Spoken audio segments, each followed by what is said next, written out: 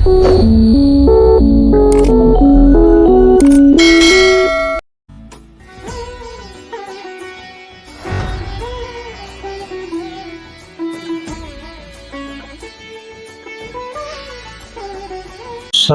साथियों को सादर सहारा प्रणाम। दोस्तों,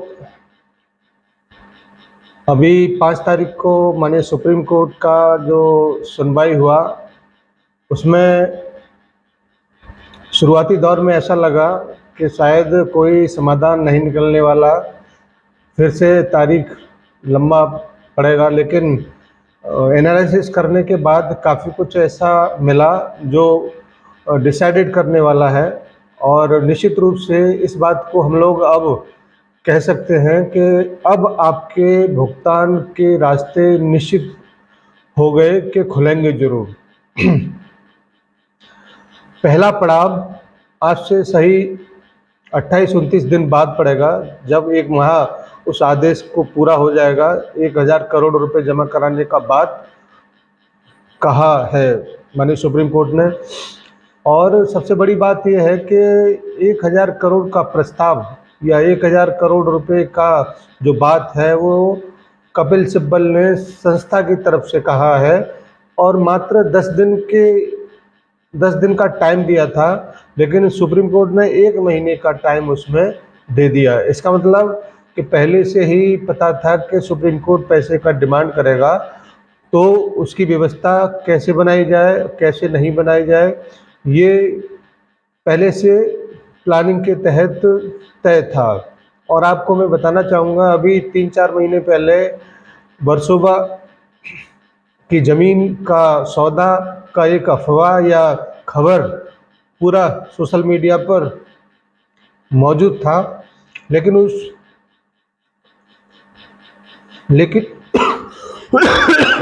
लेकिन उसको किसी ने सीरियस नहीं लिया। लेकिन अब लग रहा है कि उस खबर में कहीं न कहीं से ज़रूर सत्यता होगी। तभी 1000 करोड़ की बात को 10 दिन का ही टाइम ले रहे थे कपिल सिब्बल। और ये बात भी समझने का है कि 1000 करोड़ रुपए अभी आया नहीं है। जब ये टोटल डील हो जाएगी तभी उस पैसे को डिस्चार्ज करेंगे या बैंक खाते में पहुंचेगा। क्योंकि अगर 1000 करोड़ किसी भी बैंक में होता तो निश्चित रूप से, चाहे वो पीएफ वाले हों, चाहे वो इनकम टैक्स वाले हों, चाहे कोई और संस्था जो कहीं से भी पैसा नज़र आए सहारा के अकाउंट में घात लगा के बैठी हैं, तुरंत निकालने की कोशिश में, इसलिए वो अलग ही है, साइड में ही है। अब सुप्रीम कोर्ट ने आदेश जो दे दिया है, उसके बाद में बहुत सारी चीज़ें क्लियर होंगी, बहुत सारे तथ्य आंकड़े क्लियर होंगे।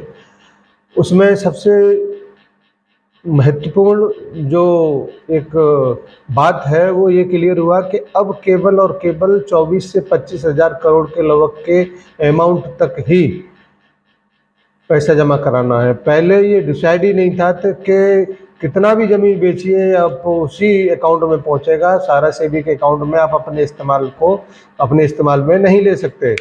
मगर अब केवल 25,000 करोड़ रुपए 24 से 25 के बीच का जो आंकड़ा है, उसी आंकड़े तक ही उस अकाउंट में जमा होगा। और जब इससे संबंधित और सारी चीज़ें क्लियर होंगी, यानी कि एमआरओ के संबंधित और सारी चीज़ें क्लियर होंगी, तो फिर सहारा भुगतान के लिए भी उसका इस्तेमाल आगे चल के कर सकता है। मगर अभी ऑर्डर अपडेट नहीं है, ऑर्डर नहीं पहुंचा है, तो हम लोग भी अभी असमंजस की स्थिति में एम्बार्गो है या नहीं। अभी इसका पूरा डिसाइडेड ऑर्डर आएगा तब ही पता चलेगा। मैं अपने साथियों को ये भी ज़रूर कहना चाहूँगा कि संस्था के ऊपर हम शुरू से इस बात को कह के चल रहे हैं कि संस्था एक एक व्यक्ति का भुगतान करने में सक्षम है, और इसका प्रमाण सुप्रीम कोर्ट में कपिल सिब्बल के माध्यम से 2 प्रॉपर्टियों का वैल्यूएशन जब सुप्रीम कोर्ट के अगेंस्ट में रखा गया है, उसी से ही आप इस बात को समझ गए होंगे कि बहुत आर्थिक रूप से स्ट्रांग है, लेकिन बंधे रहने की वजह से ही आपके सामने ये समस्याएं आई हैं। एक और याचिका नागेंद्र कुशवाहा का जो लगा हुआ था उसमें, उसके ऊपर कोई सुनवाई वगैरह नहीं हुआ और नहीं होगा। उसको केवल टैग किया गया उस सुनवाई के साथ में, और टैग करने के बाद में जो भी समाधान वहाँ से निकलेगा उसी के बिहाफ पर ही वो याचिकाएं ऑटोमेटिक समाप्त हो जाएंगी आगे चल के।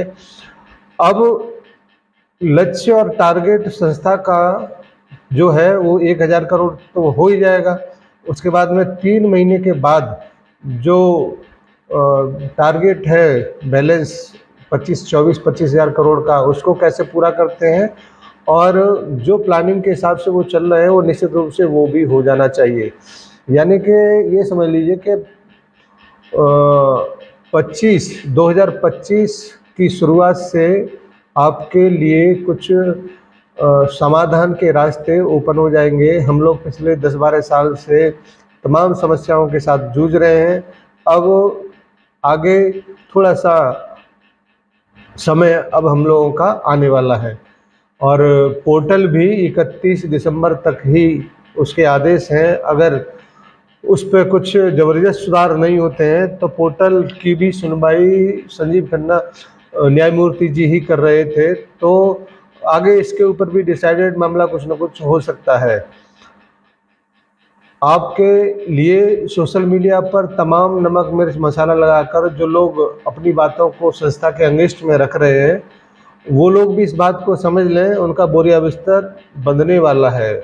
और निश्चित है कि संस्था जब अपने फुल पावर में होगी तो उसके बाद में ये लोग कहीं नज़र नहीं आएंगे। आप भी थोड़ा सा रोल अदा करिए। कोई भी बात जब संस्था के बारे में होता है तो उसका प्रतिरोध करिए, और सुप्रीम कोर्ट के अगेंस्ट में भी कोई बात होता है उसका भी प्रतिरोध करिए। हम आपके समक्ष पिछले कई महीनों से लगातार अपडेट देते चले आ रहे हैं, और आपसे भी सहयोग बहुत कुछ मिला है।